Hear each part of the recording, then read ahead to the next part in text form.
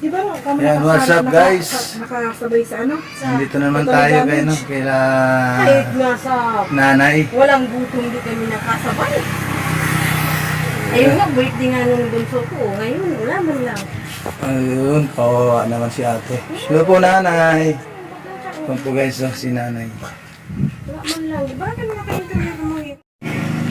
Nanay, kumusta na? Ito, mabuti. Mabuti. Malungkot pa rin. Eh bakit? Eh, siyempre. Ay, Wala yung asawa. Siyempre. ay nga pala ano, ilang buwan na? Wala pa. Ano pa lang, mga apat na asawa. Dahil Ah, ano yan, yung isa. Ano talagang doon ano pala yung binili din. no. Ay, wala pang isang buwan? Oh, Wala pa yun. Wala. Uy, ni, mag-isa, pura pang sambulan sabi si kayo ano. Mayroon na, tama naman tayo October 25. so di mayroon na. December, January. O mag-aapat na yung February 25. Magkaano lang yung anak ko? Mm-hmm. Anak ko, Ayan po guys, oh, yung bahay ni nanay at ni tatay. Ano ba yun? Ihi ka? Ihi yan? Hindi daw sila naman magkaano. Doon ka na sa, ay ka, telepon. Wala man yung tao. Saan ka naman, wala naman. Tara doon ta sa bahay mo. Ito, dali mo na yung, ano, yung grocery na nanggaling kay ano, Ate Dol Dumundon. Maraming salamat po Ate Dol Dumundon sa biyaya mo na para kay nanay. Ito yung ano, yung si nanay ano na, kumbaga idalaga na naman si nanay. Idalaga na naman si nanay. 4 months na palang nakalipas, sabi ni ate. Kaano mo si ate? Yung nanay, yung ano niya, yung nanay niya, kapatid ni asawa ko. Ay, kapatid ng asawa mo. Kumbaga siya ay ano ninyo? Pamangkin, ano po? May, Dito ko yan. ayan, no? Medyo malungkot pa rin ano na eh. Mabuti mayroong ano dito. Yung kumbaga sarado na. Yan, kasi dati ano pa, yung open siya. Nung Nanaluwa ko na dahil dito din kami sa kwarto. oh, Kasi ay dito- pinaka-kwarto na ito. Oo. Dito siya binurol, dito Mhm. rin ako mag-ano. Ayun. Kumusta namang ano, namang bulan nang nalibing si tatay? Medyo malungkot pa rin ano, kasi hindi, wala pang ano, wala pang isang taon nang nakalipas, 4 months pa lang. Siyempre nakakalungkot ano. At meron ka bang kasama dito? Ah, si tito mo? Ah, meron kang kasama na anak. Ito. Ay, diyan, tulog pa. Yung simpleng ano dito ba? Kumbaga ay simpleng pamumuhay lang dito. Ngayon po na, anong ginagawa mo sa araw-araw na pamumuhay? Galaban din pa. Ay, ibig sabihin galing sa paglalaba ngayon. Talaga no, ilang ano ang tanging hanap buhay mo na sa paglalaba. Kaya mo ba maglaba? Kaya mo pa ba? Kaya ko naman. Ilang taon ka na, Nay? 58. Ay, 58. Tapos si tatay, nung namatay. Birthday niya. Yan, hindi ko yan ang ano niya. Ilang taon niya na? Ano na yata yun, sobra ng... Kasi nung birthday niya ako nung pumunta dito, parang ano siya? Parang 84. 84 siya. Oo. Kaya sabi ko matibay pa rin si tatay kasi kahit pa paano malakas pang ano niya yung buhay niya. At yun, kaya lang bandang uli, ang findings ng doktor dati? And sabi niya may narong puso niya. Tapos nung dinala namin sa Ligaspi. Oo, may talaga niya. Hindi niya sinasabi sa akin na yung pala may sakit siya, na may nararamdaman siya. Oo. Tapos nung dinala namin siya doon na dito sa hospital dito, sabi nung doktor yan, ilipat na lang yan yung sa hospital sa Legazpi. Oo. Di nilipat namin. Tapos pagdating doon, nangitim na siya.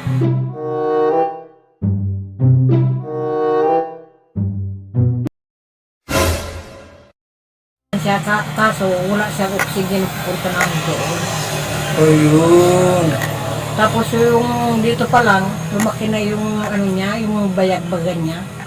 Oo, Lumaki yung luslus. siya. Yung Oo, luslus. ang sabi, anuhan daw. Pinag- Ano to? Hindi naman luslus siya. Oh. Parang pinag-anuhan siya ng mga ano to? Parang pinaglaruan. Ganyan. Na mga, ano kayang naglaro sa kanya? Sabi, kapares din ng tao natin. Ibig sabihin parang kinukulam. Para, pagdating namin doon, ano na siya, pasyente na siya. Lumaki yung tiyan niya. Tapos Ayun nga. yung mga ano niya, mga katawan niya, parang manas. Hindi naman manas yun, sabi ko. Sabi ko sa panganay kong anak, hindi naman kakong manas yun. Para kakong pinag-anuhan to. Dahil nangingitim nga yung katawan niya. Parang kinukulang, gano'n. So, nangihina pati siya. Hindi namin alam hindi namin naintindihan kung anong gagawin namin. Nakakulungkot naman yung balita. Sabi ng doktor, may epekto raw pa sa Epekto sa puso, gano'n. puso. Tapos sa baga, tapos yung sa ihi niya. Oo. Yun ang nangyari. Tapos, magmula nung nalaman ng doktor, ano ang hakbang na susunod? Ang ginawa ng Yun, doktor? siniwerohan siya nung, ewan ko kung anong swero yun. Umuano yung, parang may yelo sa bunga nga, ayun na sa kanya. Yung parang anuhan na siya, nawala na siya ng Hininga, gano'n? hininga. Hindi pa sana yung ilalabas na ng lunes sana nung yun. Tapos gano'n na nga, nangitim na siya. Oo. Kaya di naman Di nung paglabas na nung time na yun, wala na. Wala na siyang hininga na. Wala. Kaya siguro nung Karga ko time yun na eh. May lumagatek dito sa leg niya. Pati ugat siguro na Naapektuhan yung mga ugat niya sa Oo. swero. Parang yelo ang sumot sa lalamunan niya. Puti, yan dito na puno. Para hindi na siya makaingat. Kumbaga bumula, bumula. Hindi naman sir bula. Yung Ano? parang parang yun ang tumaga sa bunganga niya. Sa bunganga niya. Oo. Kaya doon hindi na sana Hindi kanya. na sana siya hindi na sana yung mawala kasi yun ang pinaka niya. Inano ko nilagyan nila. Hindi anong ginawa ng mga anak. Anong sabi? Wala naman tayo lang. Siyempre, una ng panganay ko para makaligtas sa kas. Doon sa pangalawang vlog na natin noon, nung time na yun. Tapos yung pangatlong vlog na naman natin, ayun nga, nabalitaan na namin, yun, nakaburo na si tatay. Mayroon kong panawagan na sa mga makapanood nito, para kahit paano, mabigyan ng yung kalunasan, yung kalungkutan mo. At yung kahilingan mo sa mga panood nitong ating video. Mayroon po ba? Ilan po na pasensya na po na ha. At medyo yung ating mga tinatanong patungkol po sa kay tatay. Siyempre nakakalungkot man na isipin na yung ating minamahal sa buhay isa sa mga pumanaw na nagkataon lang siguro na si tatay ganun ang kanya yung sitwasyon. Wala naman tayo doon na maano natin si tatay para mabigyan Wala po naman natin tayo ng lunas. magagawa na, no? Kaya nga po, eh, Diyos lang kung may kagustuhan nun, kunin siya. mhm, Kailangan naman na mapigilan natin yun. mhm. Gusto na siya gusto na siya mga manahimik, di. Diyos na lang bahala sa kanya. Kasama niya na nga ngayon si ating Panginoon sa itaas. At doon sa lugar na kinaroonan niya ngayon ay wala siyang karamdamang sakit. Ano, di ba? Wala siyang Salamat nga maramdaman po na Panginoon sakit na sa kinuha katawan. niya na. Ayun. Hindi na siya maghirap. Mhm. Sige po, Nay. Sige. Kami ay alis muna, Nay, ha? Salamat. Sige po. Maraming salamat po, Nay. So, ayan po guys. Maraming salamat po kay Ate Dul Dumundon sa patuloy na pagantabay po sa ating mga na-vlog at pagbibigay po ng biyaya po sa buhay po ng kagaya nito kay nanay na isang byuda at yung ating napuntahan dati ay dito po binurol po sa lugar nito. At itong lugar na ito guys, ano po mga kalingap mga kapatid, bundok ang katabi. Ano, bundok na buntok po yung katabi niya. Ano, itong bundok na ito ay bangin. Bangin po ito. Maraming salamat po sa inyo lahat, kay Ate Inday PB, kay Ate Dul Dumundon, kay Ate Imbi Itzar, kay Ninang Chen Star Band, at kay Ninang Vicky Asakawa Mix Vlog. Maraming salamat sa lahat po ng mga nandito po sa ating premiere. Maraming salamat po sa inyong walang sawang pagsubaybay at panonood.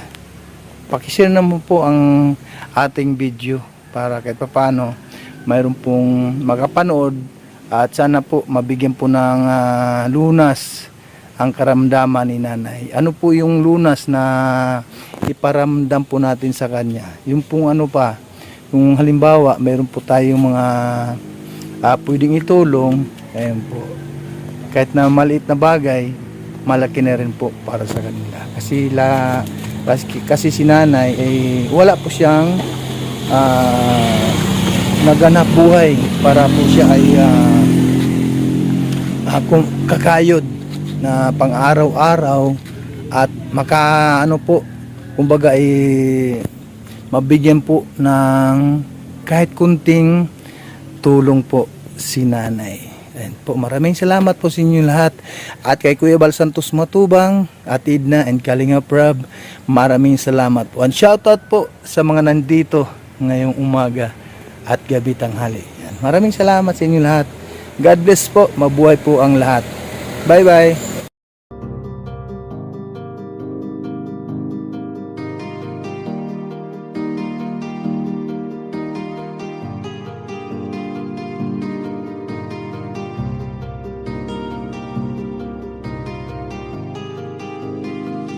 Para sa inyo, lagi nandyan siya at mag-aabot ng pag-asa.